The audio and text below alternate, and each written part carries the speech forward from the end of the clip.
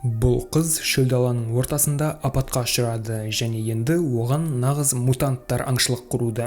Олардың қайдан шыққанын және қыздың аман қалады ма екенін «Выжившие» фильмінің шолуынан білеміз. Джульетта есімді қыз шөл даланы аралап тамақ іздеп жүр. Айналада тек шөл дала, қираған көліктері және әлдекімнің сүйек қалдығы. Ол қараусыз қалған жанармай құю бекетіне келеді, бірақ мұнда да тірі ешкім жоқ. Джульетта тіске басар бір нәрсені табатынынан үміттеніп, кішкентай азық-түлік дүкеніне кіреді. Дегенмен мұнда еш нәрсе жоқ. Шаршаған Джульетта орындыққа отырады. Ол бетіндегі қалпақ пен таңғышты шешеді. Біз оның жас әрі көрікті қыз екенін көреміз. Кенет дүкен төбесінің астынан әлдебір дыбыс естіледі. Джульетта қаруын көтереді. Жоғарыдан әлдекім ырылдай бастайды. Осындай қорқынышты дыбыстарды естіген бойжеткен көшеге жүгіріп шығады. Көлікте Джульетта мен рация арқылы әлдебір ер адам байланысқа шығады. Шамасы олар бір лагерде тұратын сияқты. Қыз оған жанармай құю бекетінен тамақ іздеген,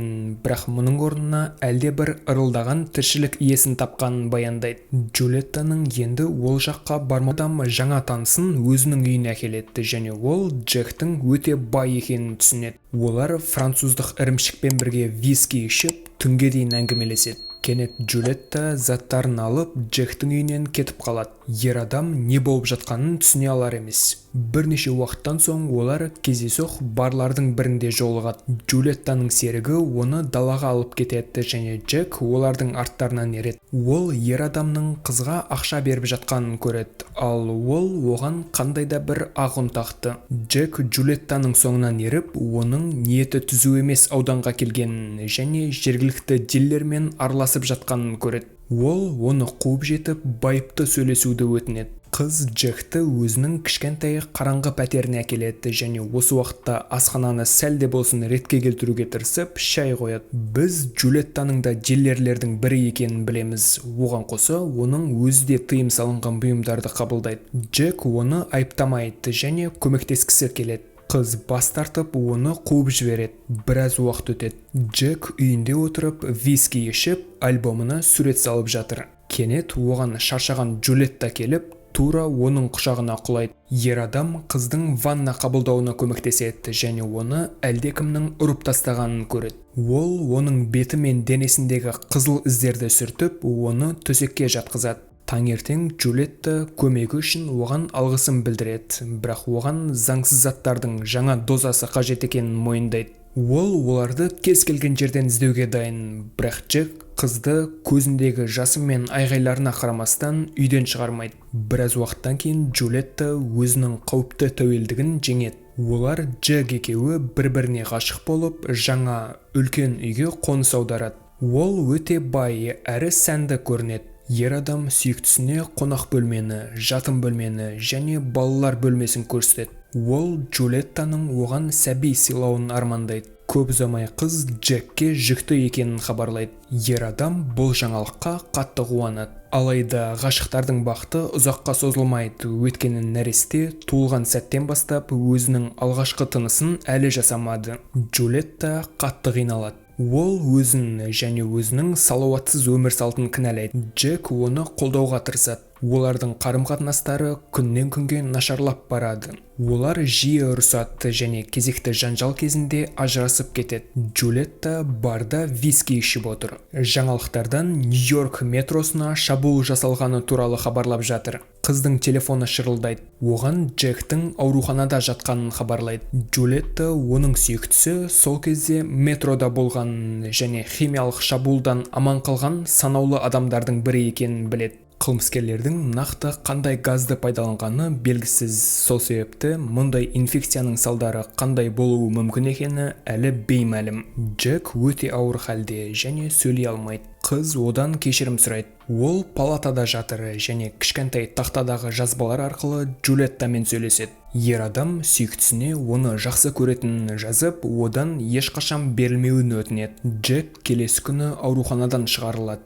Джульеттаға оны нақты қайда жібергендерін айтпайды және ол бос палатада жылайды. Біз осы уақытқа ораламыз. Джульетта апаттан кейін есін жияды. Сыртта түн. Қыз тірі, бірақ оның кесілген жерлері мен көгерген жерлері көп. ал бәрінен де жаманы аяғы сынған. Бұл ашық сынақ, демек жағдай шынымен де қиын. Джульетта көліктің жанынан өзінің тапаншасын байқап, оған қол жеткізуге тырысады. Қолымен де, таяқпен де, дегенмен оның бұнысынан түк шықпайды. Қыз колбадағы алкогольдан бір жұтып, оны жарасына құяды. Бұл өте ауыр. Ол сынған сүйегін орнына ерлікпен дұрыстайды. Джульетта рацияны алып, көмек шақыруға тырысады, бірақ эфирде тек кедергілер естіледі. Жақын жерден әлде бір тіршілік иесінің гүрілі естіледі. Бұл жанармай құю бекетінде және фургонда болған тіршілік иесі болса керек. Ол көлікке жақындауда және қыз ақыры өзінің тапаншасына қол жеткізеді. Біз бұл жаратылыстың адам аяғы бар екенін көреміз. Ол бір кездері қарапайым адам болған сияқты. Рациядан Джульеттаға лагердегі адам жауап береді, бірақ қатты дауыс мутанттың назарын аударады. Қазір ол оның көлігіне кіретінін түсініп, Джульетта рацияны далаға лақтырып жібереді. Жаратылыс оны тауып алады да сындырып тастайды. Содан кейін көліктің ішіне кіруге тырысады. Алыстан екінші мутанттың гүрілі естіледі және бірінші жаратылыс барлауға шығады. Осы сәтті пайдаланып, Джульетта көліктен шығады да сынған рацияны қолына алады. Оның қасынан тағы да әлгі құбыжық пайда болады және қыз кабинаға жасырыну үшін артқа асығады. Оның қолында тапанша және ол өз өмірі үшін күресуге дайын. Мутант оның аяғынан ұстап алады, бірақ ол тойтарыс беріп бірнеше мәрте сәтті оқ атады. Джульетта сынған рацияны жөндеп өзінің лагерімен байланысады. Гарри есімді ер адам оның көлігінде орналасқан радар шамын қосу керек екенін айтады. Оның көмегімен қызды тауып құтқаруға болады. Джульетта бұл маякты тауып алып, нұсқаулықты оқиды да оны іске қосады. Сол уақытта оған тағы да мутанттардың бірі шабуыл жасайды. Ол қыздың аяғынан ұстап алмақшы, дегенмен қыз кезекті мәрте тойтарыс беріп, көліктің есіктерінің бірін жауып үлгереді. Рация арқылы қызбен Гарри байланысқа шығады. Ол оның артынан құтқару тобының шыққанын хабарлайды. Көліктің жанындағы мутантты көрген Джульетта фараларды қосады және жарқыраған шамдар құбыжықты біраз уақытқа қорқытады. Гарри рациядан мутанттың гүрілдерін естіп, кенеттен шешімін өзгертіп, оны түн ортасында ешкімнің құтқармайтынын айтады, себебі бұл өте қауіпті. Лагерден адамдар тек таңертең келеді. Қыз ашулы, өйткені таң атқанға дейін әлі көп уақыт бар.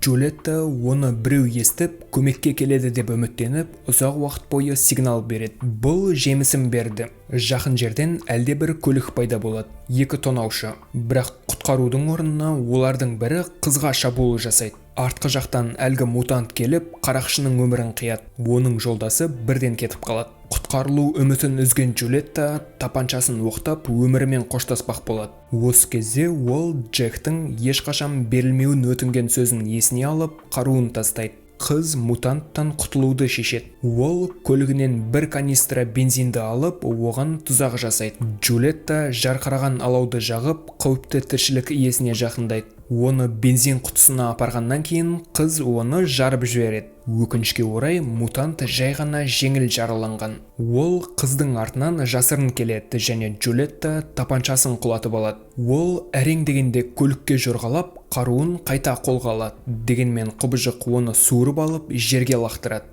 Қыз оқ атады және жараланған мутант оның жанына құлайды. Таң атады. Жартылай тірі мутант жерде жатқан Джульеттаға қарай жорғалайды. Қыз оны бір жайлы ету үшін револьверін жылдам оқтайды. Алайда мутант бір кездері Джек оның көңілін көтеру үшін жасағандай қолын қыздың бетінен өткізеді. Сонда ғана Джульетта бұл оның сүйіктісі екенін түсініп, олардың галереядағы алғашқы кездесуін еске алады. Қыз мутант Джекті құшақтап, оны жақсы көретінін айтады. Содан кейін ол қаруды алып, басын оның басының қасына қояды да тапаншаның шүріппесін басады. Джульетта мен Джектің суреті желдің екпінінен ұшып кетеді. Видео ұнаса, арнаға жазылып, қоңыраушаны басып қоюды ұмытпаңыздар. Келесіде кездескенше.